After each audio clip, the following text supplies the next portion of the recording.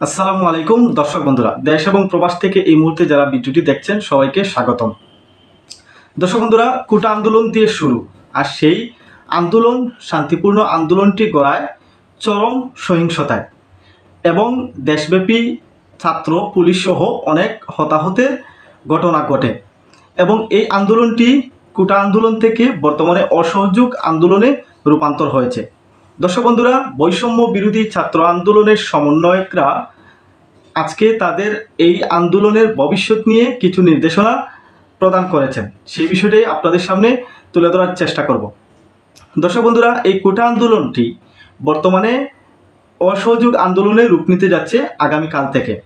বৈষম্য বিরোধী ছাত্র আন্দোলনের সমন্বয়ক নাহিদ ইসলাম এবং আসিফ মাহমুদ তাদের ফেসবুক পোস্টের মাধ্যমে ছাত্রদেরকে 15টি নির্দেশনা প্রদান করেছেন। এই নির্দেশনাগুলো মেনে চলার জন্য তারা আহ্বান জানিয়েছেন।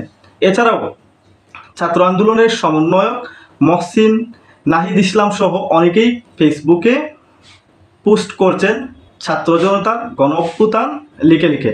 তো যেই নির্দেশনাগুলো তারা দিয়েছেন অসহযোগ আন্দোলনের, সেখানে 15টি নির্দেশনা রয়েছে। এর মধ্যে রয়েছে কেউ যেন খাজনা এবং ট্যাক্স প্রদান না করে।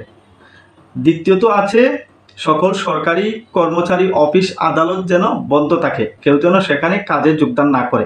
সরকারি সভা আয়োজন সেমিনারও বর্জন করার জন্য বলা হয়েছে।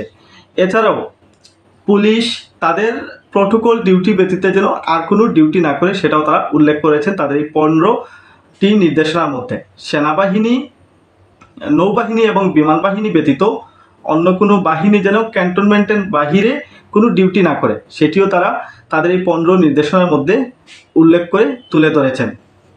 এবং গণপরিবহন সহ সকল কিছু যেন বন্ধ থাকে। শিক্ষা প্রতিষ্ঠান, সরকারি বেসরকারি সব শিক্ষা প্রতিষ্ঠান যেন বন্ধ থাকে। শিক্ষা প্রতিষ্ঠানে যেন কোনো ধরনের কার্যক্রম না হয়।